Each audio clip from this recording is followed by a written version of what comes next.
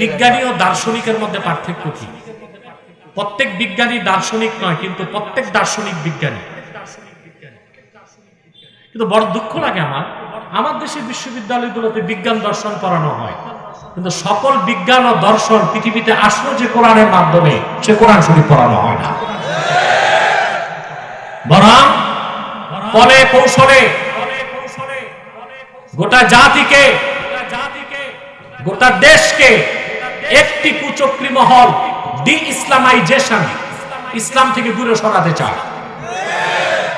আজকে বাংলাদেশে 2023 সাল থেকে কোন স্কুলে ইসলাম শিক্ষা বোর্ডে পরীক্ষা হবে না, এটাই নীতি হয়েছে। তারপরে নবম শ্রেণী থেকে গ্রাজুয়েশন পর্যন্ত বিজ্ঞান বইতে সংযোজন করা হয়েছে দ্য থিওরি অফ এভলিউশন, বিবর্তনবাদ, বানর থেকে মানুষ।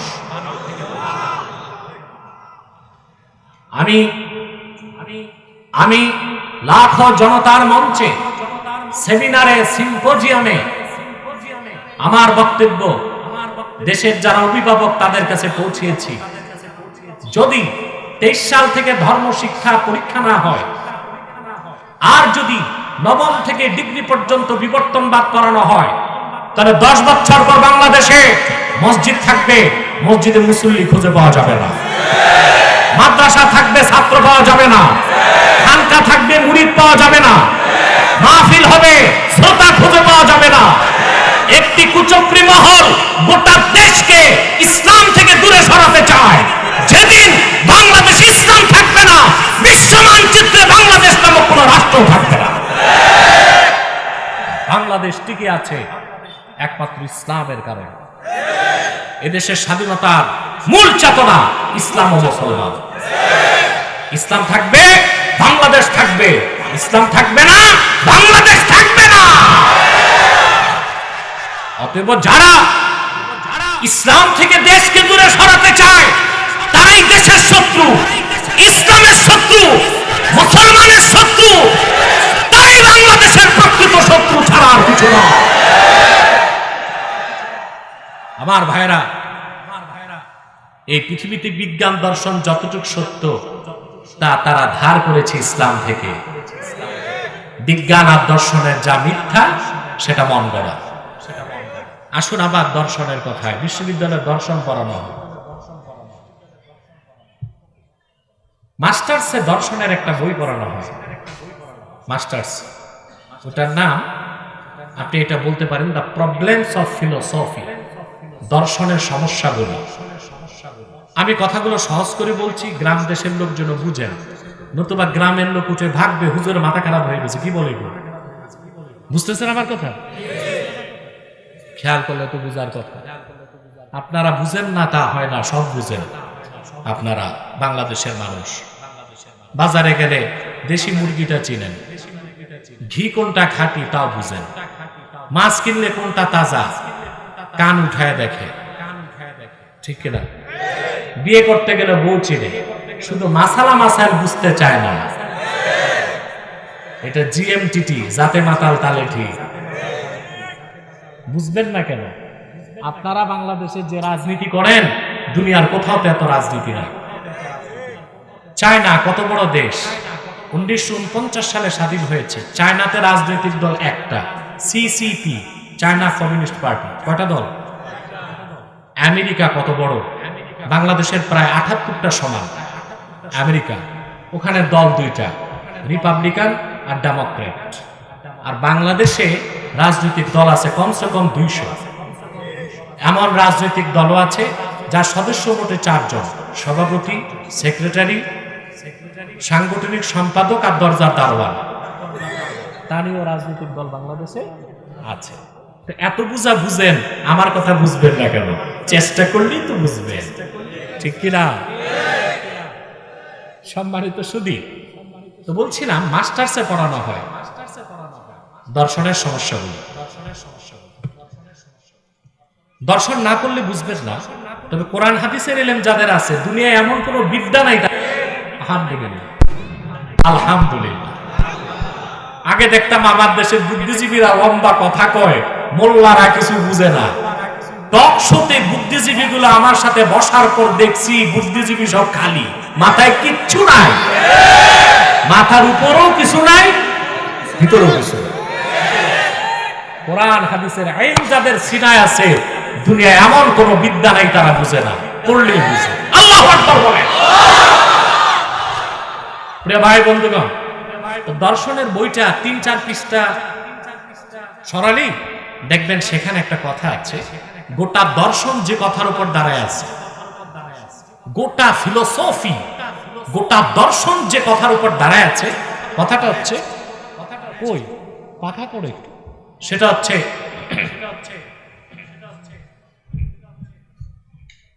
তারা বলে, দার্শনিকগণ বলে, যেটা ব্রিটেনের এক দার্শনিকের বক্তব্য 50 বছর আগে। সে বলেছে, আমি কিছুই বিশ্বাস করি না, আমি বিশ্বাস করি আমি আছি। শোনেন না, তার কথা তো শুনবেন, তারপর নাউজুবিল্লাহ বলবেন। এটা হচ্ছে ফিলোসফির মূল, দর্শনের। আমি বিশ্বাস করি কোনো কিছু নাই, আমি আছি। আমি আছি বলেই তো আমার মধ্যে প্রশ্ন জেগেছে, এই সৃষ্টি জগৎ কেন? সৃষ্টি জগৎ কোত্থেকে? সৃষ্টি জগৎ কে সৃষ্টি করেছে? তাহলে বোঝা যায় আমার বিশ্বাসের মূল হচ্ছে আমি আছি, তারপর প্রমাণ হয় সৃষ্টি জগৎ আছে। সৃষ্টি জগৎ আছে, অবশ্যই স্রষ্টা আছে। এই কথাটি বলেছে সে 50 বছর আগে। এটা হচ্ছে দর্শনের মূল কথা। কিন্তু মুসলমান অবাক হয়ে যাবেন, এই কথাটা আজ থেকে 1250 বছর আগে বলেছেন ইমাম আবু হানিফা রাহমাতুল্লাহ। মান আরাফা নাফসাহ ফাকাদ আরাফা রাব্বাহ, যে নিজকে চিনল সে তার রবকে চিনল। তাহলে কথাটা দর্শনের আবিষ্কার না ইসলাম থেকে ধার করা? আল্লাহু আকবার বলবেন না? আমি একটা উদাহরণ দিলাম, বিজ্ঞান দর্শনের যতটুকু সত্য তা ইসলাম থেকে ধার করা, আর যতটুকু মিথ্যা তা পুরাটাই মন গড়া। হ্যাঁ, পুরাটাই কি মন গড়া। বিশ্ববরণ্য ইমাম হযরত আবু হানিফা রাহমাতুল্লাহ এই যে কথাটা বললেন, মান আরাফা নাফসাহু ফাকাদ আরাফা রাব্বাহু, যে নিজকে চিনল সে তার রবকে চিনল। কথাটা তার নিজের নয়, তিনি কোরআন শরীফের একটি আয়াতের ব্যাখ্যা করেছেন। আল্লাহ বলেছেন, ওয়া ফি আনফুসিকুম আফালা তুবসিরুন। ওরে বান্দা, তোমাদের মধ্যে তো আল্লাহর অসংখ্য কুদরত আছে, তা কি তোমরা দেখো না? ওই কুদরত গুলো দেখলেই বুঝতে পারবা আমি কুদরতের স্রষ্টা আল্লাহ কত সুন্দর, কত মহান, কত বড়। বলেন সুবহানাল্লাহ। সেজন্যই ভাইরা, পরকালকে বিশ্বাস করার ক্ষেত্রে, কবরের আযাবকে বিশ্বাস করার ক্ষেত্রে, হাসর ময়দানে আল্লাহ রাব্বুল আলামিন আবার আমাদেরকে জিন্দা করবেন, সেই অসম্ভব বিষয়টা একেবারে আল্লাহর জন্য সম্ভব, তা বোঝানোর জন্য আল্লাহ পাক দূরের কোন কুদরত দেখতে বলেন নাই, কাছের কুদরত দেখতে বলেছেন।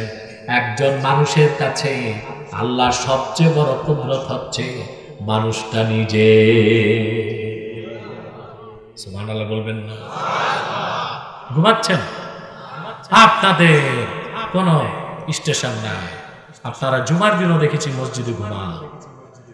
কে কে ঘুমান হাত উঠান।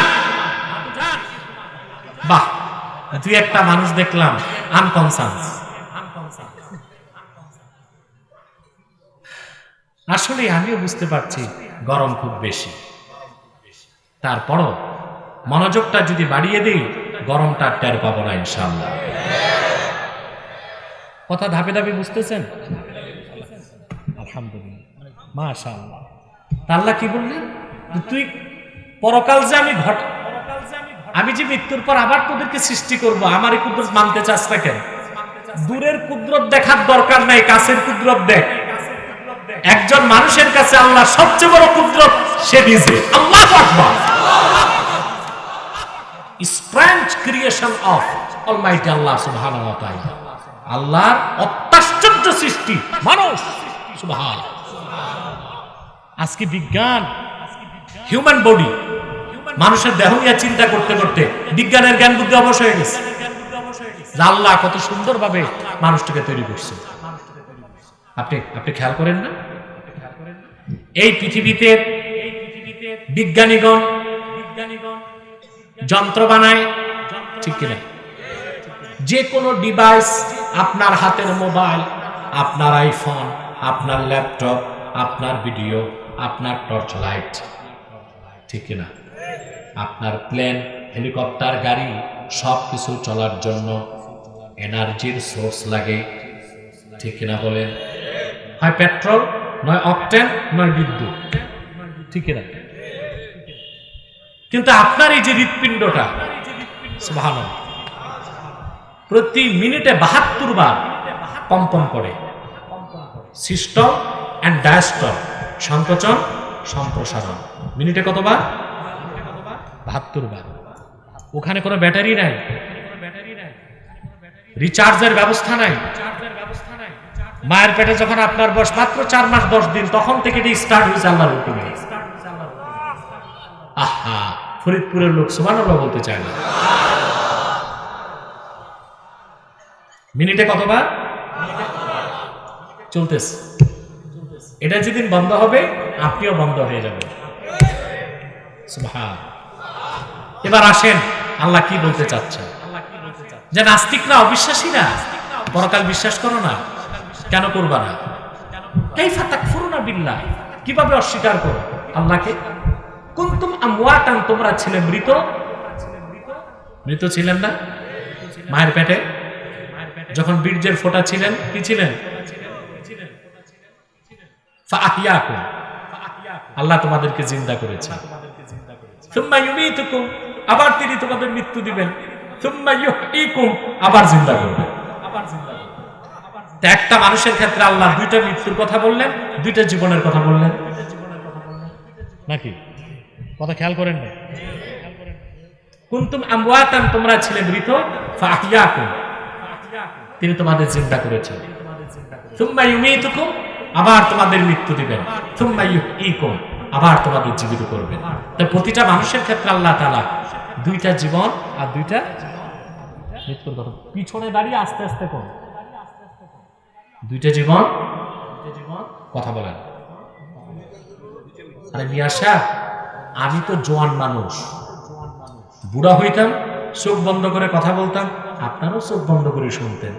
এটা তো এখানে হবে না। আমার সাথে তো আপনাদের কমিউনিকেশন গ্যাপ হলে আমি আর কথা বলতে পারবো না। হ্যাঁ, এই আয়াতের তাফসিরে হাসান আল বসরি, তার থেকে রওয়ায়াত এসেছে, তাফসির বাহরুল মুহিতে এসেছে। দাল্লাত হাযিহিল আয়াতুল কারীমা আন্না লিকুল্লি নাফসিন হায়াতান ওয়া মাউতাতান। আমি যে আয়াতের ব্যাখ্যা করছি, মুফাসসিরগণ বলেন এই আয়াত স্পষ্ট প্রমাণ দেয় প্রতিটি মানুষের জীবনে দুইটা মৃত্যু, দুইটা জীবন। ভাইরা আমার, একটু খেয়াল করেন, মায়ের পেটে আপনার প্রথম অবস্থান ছিল মৃত, সেখানে আল্লাহ আপনাকে জীবন দিয়ে দুনিয়ায় পাঠালেন, মৃত থেকে আপনাকে আল্লাহ জিন্দা করেছেন। সুম্মা ইউমীতুকুম, আবার আপনাদের চোখের সামনে আপনাদের দাদা বাবার মৃত্যু দেন, আপনার মৃত্যু অপেক্ষা করছে। যিনি একবার মৃতকে জিন্দা করতে পারলেন, আবার জীবিতকে মৃত্যু দিতে পারলেন, মৃত্যুর পর কি সে আল্লাহর পক্ষে আখিরাতে আবার জিন্দা করা সম্ভব না অসম্ভব? জোরে বলেন। চারটি স্তরের তিনটাই যিনি দেখায় দিলেন চোখে, ঠিক কিনা? চারটি বিষয়ের তিনটাই চোখে দেখায় দিচ্ছেন, তাহলে চতুর্থটা আল্লাহর পক্ষে সম্ভব না অসম্ভব? আল্লাহ বলেন কুনতুম আমওয়াতান, তোমরা ছিলে মৃত। তোমরা ছিলে মৃত, ছিলেন না? এখানে যার বয়স 50, কত? জোরে বলেন। 51 বছর আগে কি ছিলেন? কিসের মৃত? কিছুই ছিলেন না। নাম ছিল, বর্ণ, বংশ, চৌধুরী, পাটোয়ারি, ভুইয়া, তালুকদার, কিছুই ছিলেন না, নামও ছিল না। কোরআন কারীমে আল্লাহ বলেছেন হাল আতা আলাল ইনসানি হিনুম মিনাদ দাহরি লাম ইয়াকুন শাইআন মাযকুরা ইন্না খালাকনাল ইনসানা মিন নুতফাতিন আমশাজ নাবতালিহি ফাজআলনাহু সামিআন বাসীরা। আল্লাহ তাআলা বলেন, হাল আতা আলাল ইনসানি হিনুম মিনাদ দাহর, মানুষের জীবনে কি এমন একটা মুহূর্ত আসে নাই মানুষটা উল্লেখযোগ্য কিছুই ছিল না, তার নাম ছিল না, তার বংশ ছিল না। কি করেন আপনারা, চুপচাপ বসেন। লাম ইয়াকুন শাইআন মাযকুরা, মানুষের নাম নেবার মতো সে কিছু ছিল না। আল্লাহ বলেন, ইন্না খালাকনাল ইনসানা মিন নুতফাতিন আমশাজ, আমি নিশ্চয় মানুষকে তৈরি করেছি পিতা ও মাতার বীর্যের মিশ্রণ থেকে। বলেন সুবহানাল্লাহ। মৃতকে কিভাবে আল্লাহ জিন্দা করলেন সেই কথা তিনি কোরআন শরীফে বলে দিয়েছেন। আল্লাহ তাআলা বলেন, ওয়ালাকাদ খালাকনাল ইনসানা মিন সুলালাতিন মিন তিন সুম্মা জাআলনাহু নুতফাতান ফি ক্বারারিন মাকিন ثم خلقنا النطفة علقة فخلقنا العلقة مضغة فخلقنا المضغة عظاما فكسونا العظام لحما ثم أنشأناه خلقا آخر فتبارك الله أحسن الخالقين। আল্লাহ রাব্বুল আলামিন বলেন, যেই মানুষের কোনো অস্তিত্ব ছিল না, নাম ছিল না, গন্ধ ছিল না, বর্ণ ছিল না, বংশ ছিল না, সে মানুষকে আমি তৈরি করেছি মাটির সারনির্যাস থেকে। সুবহানাল্লাহ বলেন। পিতা মাতা হালালান তাইয়্যিবা রিজকান কারীমা, রিজিক গ্রহণ করছে, ঠিক না? আপনার দেহে রক্ত তৈরি হয়েছে, বীর্য তৈরি হয়েছে, সুবহানাল্লাহ। তারপর পিতা মাতা কাছাকাছি এসেছে, ঠিক না? আল্লাহ পাক বলেন, আফারাআইতুম মা তুমনুনা আআনতুম তাখলুকুনাহু আম নাহনুল খালিকুন, তোমরা যে স্বামী স্ত্রী বীর্যপাত করো, ওর থেকে মানুষ তোমরা বানাও, তা আমি আল্লাহ বানাই। কিভাবে? সূরা মুমিনুনে আল্লাহ তাআলা জেনেটিক ইনফরমেশন, জীববিজ্ঞান প্রাণী বিজ্ঞানের সর্বাধুনিক যে সূত্র জেনেটিক ইনফরমেশন, এই জেনেটিক ইনফরমেশন বিজ্ঞান পেয়েছে 25 বছর আগে, আল্লাহর কোরআন বলেছে ১৫০০ বছর আগে। বিজ্ঞান আগে না কোরআন আগে? সুবহানাল্লাহ বলবেন না? এই যে আপনার DNA, deoxy ribo nucleic acid, DNA, আরেকটা হচ্ছে আরএনএ, যেগুলো আপনার এগুলোর সম্পর্ক হচ্ছে জেনেটিক ইনফরমেশনের সাথে। এই জেনেটিক ইনফরমেশনের তথ্যগুলো বিজ্ঞান পেল 25 বছর আগে, আর আল্লাহর কোরআন বলেছে ১৫০০ বছর আগে। সুবহানাল্লাহ বলেন। তাহলে আমাদের বলতেই হয়, বিজ্ঞানের যা কিছু সত্যতা ইসলাম থেকে নেওয়া, আর যা কিছু মিথ্যা তা মন গড়া বানানো, ঠিক কিনা? কথা খেয়াল করতেছেন? আল্লাহ তাআলা জেনেটিক ইনফরমেশনের কথা কিভাবে বলে দিচ্ছেন। আল্লাহ পাক বলেন, আমি মানুষকে তৈরি করেছি মাটির সারনির্যাস থেকে। তারপর ثم جعلناه نطفة في قرار مكين, মানুষের একক বীর্যের ফোঁটা তার অস্তিত্ব দেবার জন্য তার মায়ের সুরক্ষিত রেহেমে আমি স্থাপন করলাম। সুবহানাল্লাহ। তারপরে আল্লাহ পাক বলেন, ثم خلقنا النطفة علقة, নির্ধারিত সময়ে এই বীর্যের ফোঁটাকে আমি রক্তপিণ্ডে পরিণত করলাম। সুম্মা খালাকনাল আলাকাতা মুদগাহ, অতঃপর আবার নির্ধারিত সময়ে এই গোশত রক্তপিণ্ডকে আমি গোশতের টুকরা বানায় দিলাম।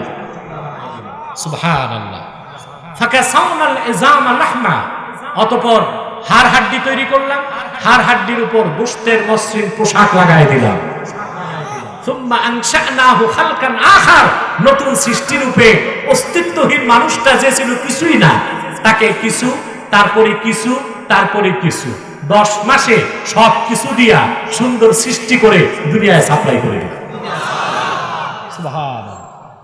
এত কিছু যিনি পারলেন, সে আল্লাহর পক্ষে মৃত্যুর পরে আবার আপনাকে জিন্দা করা সম্ভব না? একেবারে সম্ভব। সুবহানাল্লাহ। আল্লাহ বলেন, তোমরা ছিলে মৃত, তোমাদেরকে জিন্দা কে করছেন? সুবহানাল্লাহ। জিন্দা কে করছেন? আমি বলেছিলাম আল্লাহর বড় কুদরত মানুষ তা চিন্তা করে না। চিন্তা করে না বলেই তো শয়তান মানুষকে ওয়াসওয়াসা দিয়েছে। তথাকথিত ডারউইনবাদীরা বলে থাকে মানুষ বানর থেকে এসেছে। নাউযুবিল্লাহি মিন যালিক। আল্লাহর শ্রেষ্ঠ সৃষ্টি মানুষ, সুন্দর সৃষ্টি মানুষ, প্রিয় সৃষ্টি মানুষ। এর চেয়ে সুন্দর, শ্রেষ্ঠ, দামি কোন সৃষ্টি আল্লাহ বানান নাই। বানাইছেন? আল্লাহ রাব্বুল আলামিন বলেন, ওয়ালাকাদ কাররামনা বানি আদামা ওয়া হামালনাহুম ফিল বাররি ওয়াল বাহরি ওয়া রাযাকনাহুম মিনাত তাইয়্যিবাত।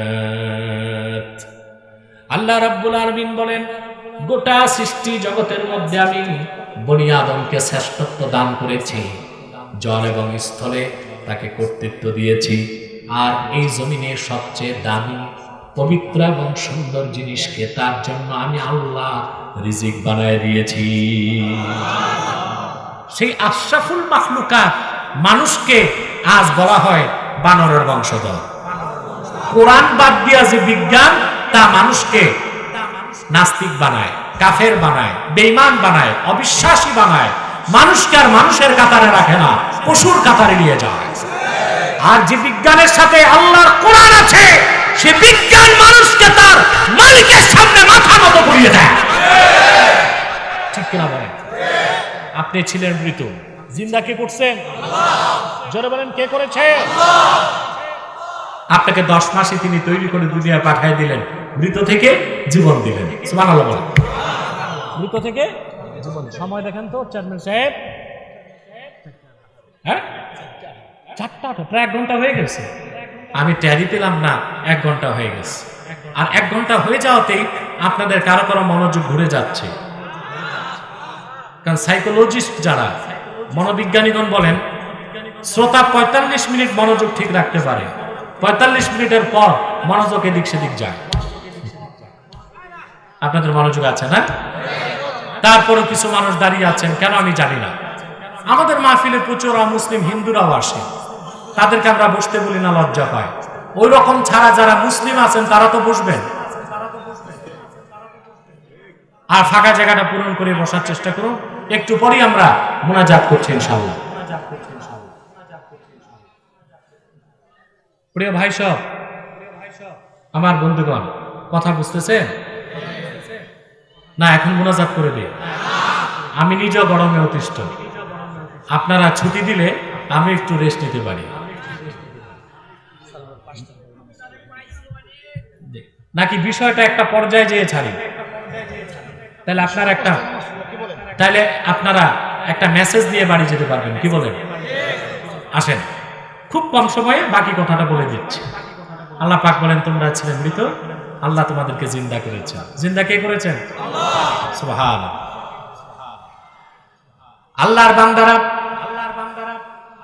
আল্লাহ রাব্বুল আলামিন কত নিখুঁত ভাবে আপনাকে সৃষ্টি করেছেন। আপনার দেহের মধ্যে কোনো খুঁত নাই, কোনো কিছুর অভাব নাই। চোখের জায়গায় চোখ, নাকের জায়গায় নাক, দাঁতের জায়গায় দাঁত। আপনার বাবা ও মা থেকে জেনেটিক ইনফরমেশনের মাধ্যমে, ক্রোমোজোমের কারণে বাবার নাক আছে, আপনারও নাক আছে। বাবা মার চোখ যেখানে, আপনারও চোখ সেখানে। সুবহানাল্লাহ বলেন। আল্লাহ তাআলা ডাটা কন্ট্রোল কিভাবে করেছেন লক্ষ্য করছেন? ডাটা কন্ট্রোল কিভাবে করছেন? ব্যতিক্রম হয় না। বাবা মার চোখ যেখানে কপালে, আমাদেরও চোখ। আল্লাহ যদি ডাটা কন্ট্রোল না করতেন ক্রোমোজোমের মাধ্যমে, তো দেখা যেত কিছু মানুষ জন্ম নিচ্ছে যাদের 4টা করে চোখ, ঠিক কিনা? দেখা যেত কিছু লোক তার নাক ভাগ্যচক্র হয়ে গেছে বগল তলায়, তাহলে খাবার দাবারের আগে তাকে কি করতে হইতো?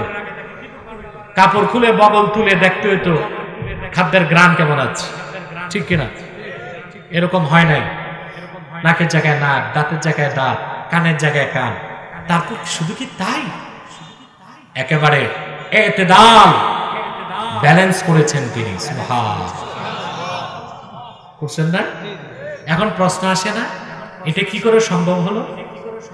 আপনার পৃথিবীতে ফ্যাক্টরি দেখেন, ইন্ডাস্ট্রি দেখেন, সেখানে কত মেশিনারিজ থাকে, থাকে না? কথা বলেন। অত্যাধুনিক মেশিন থাকে, শ্রমিক থাকে, কোয়ালিটি কন্ট্রোলার থাকে, ম্যানেজার থাকে। আমাদের ঢাকা নারায়ণগঞ্জে প্রচুর পোশাক শিল্প, গার্মেন্টস, ওখানে ডিজিএম, এজিএম, জিএম অভাব নাই, এমডি, চেয়ারম্যান।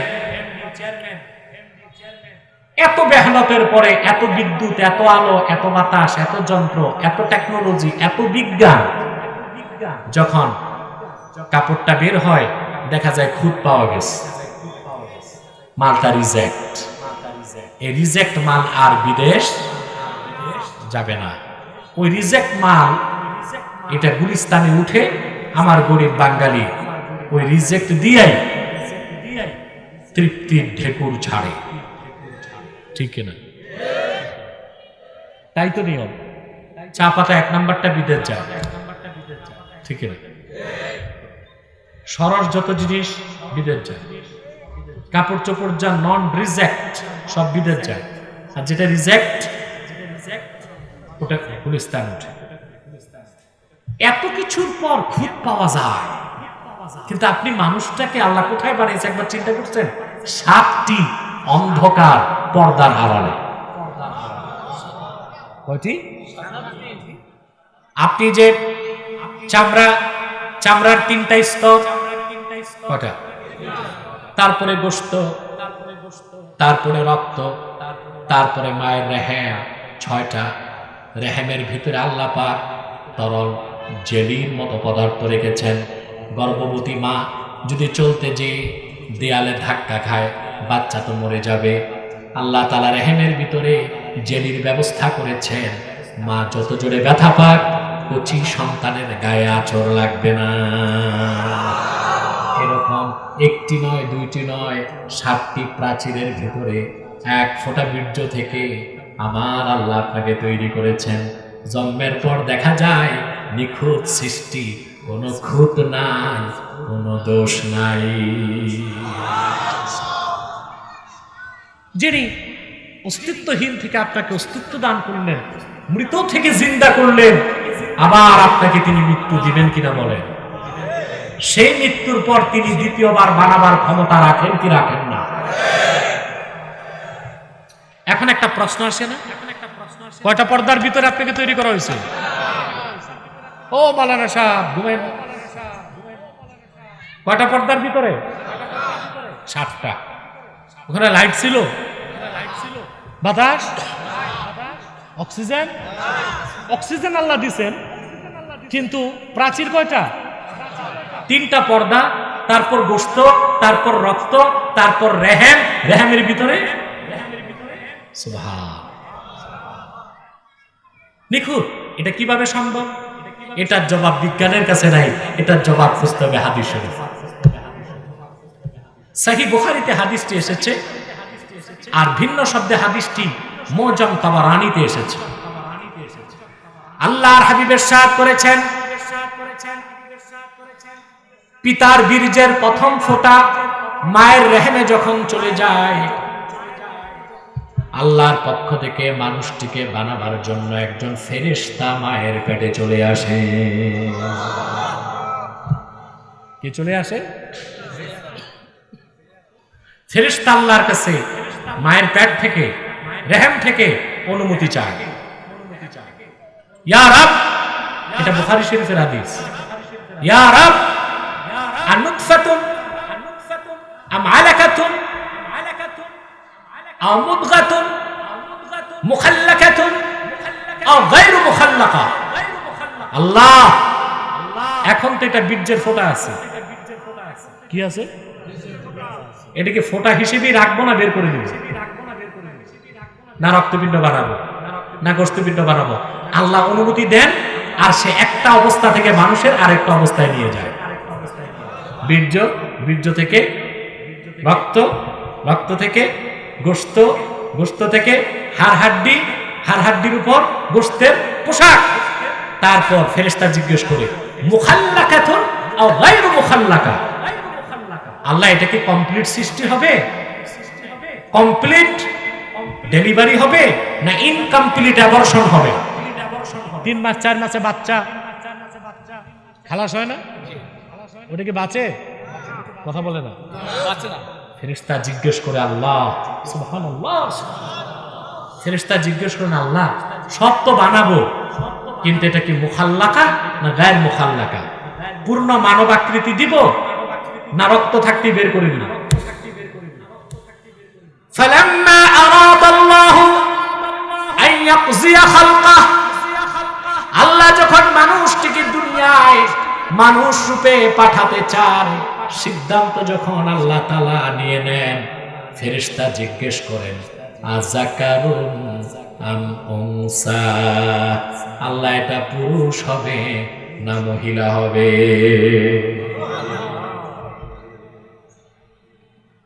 পুরুষ হবে? এখন হচ্ছে সিলেকশন অফ জেন্ডার, এটা পুরুষ না মহিলা এটা নির্ধারণ করা হবে। কথা বুঝতেছেন? আপনারা তো 3টা জেন্ডারই দেখেন, ঠিক কিনা? জেন্টস, লেডিস এবং মিডল জেন্ডার। মিডল জেন্ডার বুঝেন?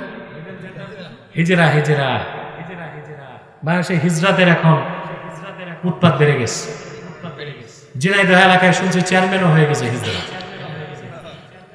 তা এখন বোঝা যায় যে জাতীয় সংসদেও তাদের আসন হয়ে যাবে 2-1টা আগামী নির্বাচনে, হয়তো বা হতে পারে, হওয়াটা একেবারেই স্বাভাবিক। নায়িকা গায়িকারা থাকতে পারলে 2-4টা হিজরা থাকলে আর সমস্যাই লাগে।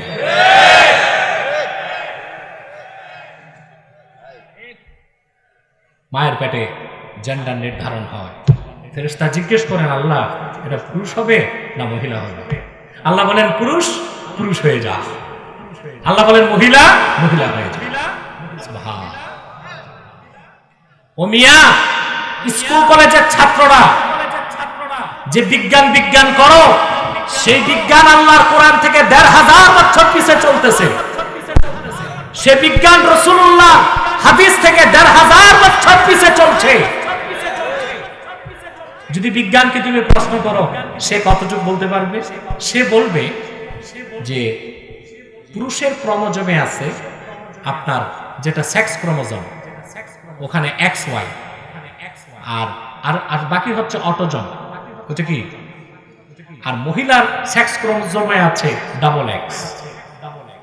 বিজ্ঞান বলতে চায় স্বামী স্ত্রীর বীর্য, স্পার্ম এবং ওভাম, শুক্রাণু এবং ডিম্বাণু যখন একত্রিত হয়, পুরুষের XY থেকে যদি Y আসে, মায়ের বীর্য থেকে XX থেকে X আসে, XY মিললে ছেলে হয়ে যায়। আর যখন পিতার X আসে, মায়ের X আসে, XX মিলে মহিলা হয়ে যায়। বিজ্ঞান এর বেশি কিছু বলতে পারে না। প্রশ্ন হলো XY থেকে X নেওয়া, Y নেওয়া, মায়ের X এর সাথে জোড়া লাগাইতে বিজ্ঞান তা জানে না। তা তো বলে দিয়েছেন আমার বিশ্ব নবী, নূর নবী মুহাম্মদ সাল্লাল্লাহু আলাইহি সাল্লাম ১৫০০ বছর আগে, যা বুখারীর হাদিস সাক্ষী। ওই কাজটা করে ফেরেশতা। কে করে? আল্লাহ বলেন পুরুষ বানাও, তখন ফেরেশতা পিতার XY থেকে Y নেয়, মায়ের X থেকে X নেয়, জোড়া লাগায় দেয়, পুরুষ হয়ে যায়। আর যখন আল্লাহ বলেন মেয়ে বানাও, তখন XY থেকে X নেয়, পিতার XY থেকে X নেয়, মায়ের ডবল এক্স থেকে এক্স নেয়, 2x মিলায় দিয়ে কি হয়ে যায়? আলহামদুলিল্লাহ, বুঝতে পেরেছেন আপনি? এটা আপনার প্রাণী বিজ্ঞান জীব বিজ্ঞানের একটা আলোচনা আমি করলাম। কথা বুঝতেছেন? আজান হচ্ছে, আমরাও তো আজান দিয়ে নামাজ পড়বেন আপনারা, সমস্যা নাই, আস্তে আস্তে শুনতে থাকেন। কথা বুঝতেছেন? বুঝতেছেন? এখন আসেন একটা কথা ফাঁকে বলে দিই, আমাদের এখন বলেন তো ভাই, পুরুষ হবে না মহিলা হবে, ছেলে হবে না মেয়ে হবে, হুকুম কার? নির্ধারণ করে কে? ফেরেশতা। ভূমিকা কার? বাবার না মায়ের? বাবা। ছেলে হবে না মেয়ে হবে, দুই ধরনের ক্রোমোজোম তো পুরুষকে দেওয়া হয়েছে XY, মহিলাকে দেওয়াই হয়েছে ডবল এক্স। অতএব কোন মহিলা যদি ছেলে জন্ম না দিয়া শুধু মেয়ে জন্ম দেয়, দোষ তো মহিলার না। ভূমিকা কার? মহিলার না পুরুষের? আমাদের দেশে গালি দেওয়া হয় কাকে? বারবার মেয়ে হয়েছে, মহিলাকে বলে এত মেয়ে হইল কেন?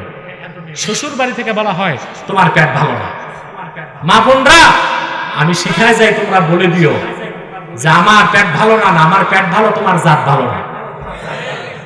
কারণ ছেলে হবে না মেয়ে হবে, XY তো তোমার কাছে ছিল, আমাকে তো দেওয়াই হয়েছে শুধু ডবল এক্স। ছেলে হওয়া মেয়ে হওয়া ভূমিকা তো তোমার, আমার তো কিছুই করার ছিল না। আর মনে রাখবেন, যে ঘরে কন্যা সন্তান বেশি, যদি পরিবারটা মুসলিম হয়, আল্লাহর রহমতের বৃষ্টি সেই ঘরে বর্ষণ হবে। মেয়ে হলে ভয় পাবেন না, মেয়ের মতো মেয়ে যদি গড়ে তুলতে পারেন, ছেলের কাজ দিবে। পর্দা শিখাবেন, দ্বীন শিখাবেন, শরীয়ত শিখাবেন। পর্দা পুশিদার সাথে সে শিক্ষিতা হবে, উচ্চ শিক্ষিতা হবে। মেয়েদের পড়াশোনায় কোনো বাধা নাই পর্দার সাথে। তবে আমাদের দেশে গোলমাল বেশি। কেন যেন কিছু মানুষের চরিত্রই খারাপ, শুধু চায় সহশিক্ষা, পুরুষ মহিলা একসাথে পড়বে। কেন? দুইটা টাইম ভাগ করে দাও, থাকতে থাকে, এলেম শিখবে কি? এখন তো পত্রিকায় দেখলাম পাবনায় কোন আলিয়া মাদ্রাসায় হিন্দু প্রিন্সিপাল দেওয়া হয়েছে। না, এটা একটা দুঃখজনক ঘটনা। কোন আলিয়া মাদ্রাসায় কোন মুসলিম শিক্ষক চাকরি নিতে পারে না। মাদ্রাসার যে পরিবেশ, তা ক্ষুণ্ণ হবে। আর কোন অবস্থায় কোন প্রিন্সিপাল, কোন অধ্যক্ষ হিন্দু বা মুসলিম হওয়া উচিত নয়।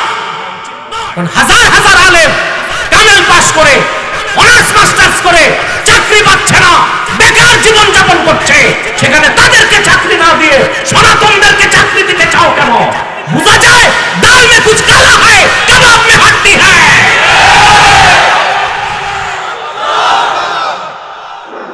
আল্লাহ তাআলা আমাদেরকে হেদায়েত দান করুন, বলুন আল্লাহুম্মা আমিন।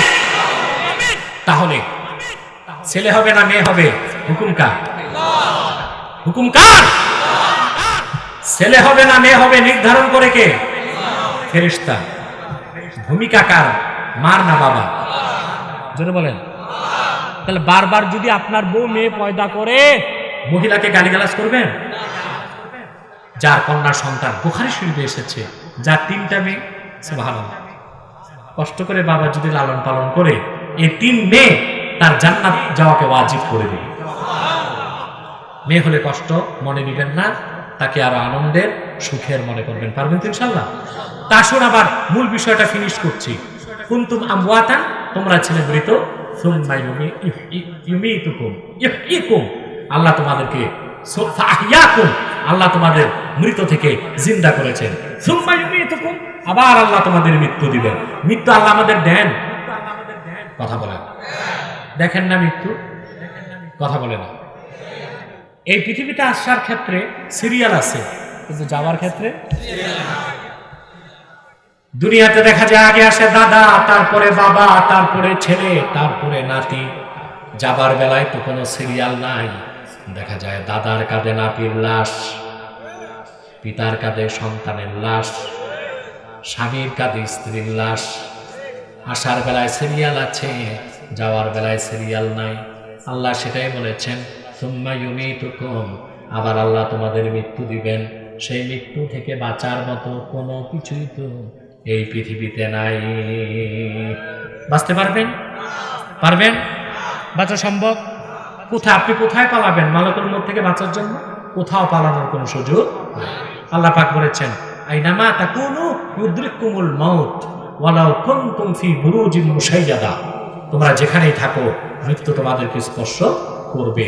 যদি তোমরা লৌহ নির্মিত প্রাচীর বেষ্টিত দুর্গের মধ্যেও থাকো, মৃত্যু থেকে বাঁচা সম্ভব হবে না।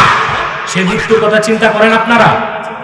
তাহলে মৃত্যুর কথা স্মরণ হলে নামাজ পড়েন না কেন? এই মাঠে অসংখ্য শ্রোতা আছে, এখানে অসংখ্য শ্রোতা আছে আজকের ফজর নামাজ পড়ে নেই, আছে না? জোর পড়ে নেই, পোক্ত নিয়ত আজকে আসর নামাজও পড়বে না। ওয়াজ শুনতেছে। মৃত্যু যে হবে বিশ্বাস করেন? কথা বলে না। বাঁচতে পারবেন? মৃত্যুর মাধ্যমে আল্লাহ আপনাকে গ্রেফতার করবেন। এরপর আল্লাহ বলেন সুম্মা ইউহয়িকুম, মৃত্যুর পর আবার আল্লাহ তোমাদেরকে জিন্দা করবেন। এখন তিনটা বিষয় তো আল্লাহ চোখে দেখায় দিলেন। আপনি ছিলেন মৃত, আল্লাহ আপনাকে জিন্দা করেছেন, আবার আল্লাহ আপনাকে মৃত্যু দিবেন। তাহলে চতুর্থ যেটা মৃত্যুর পর জিন্দা আবার যে আল্লাহ করবেন, সেটা না দেখো বিশ্বাস করবেন কি করবেন না? সত্য কি না? সত্য না মহাসত্য? তুম্মা ইলাইহি তুরজাউন, আল্লাহ বলেন তারপর সব তোমরা ফিরবে আল্লাহর কাছে। আমাদেরকে আল্লাহর সামনে দাঁড়াতে হবে। অতএব এখন হিসাব নিকাশ শুরু করেন। কবে আপনার মৃত্যু, এই তারিখ কিন্তু আল্লাহ আপনাকে জানান নাই।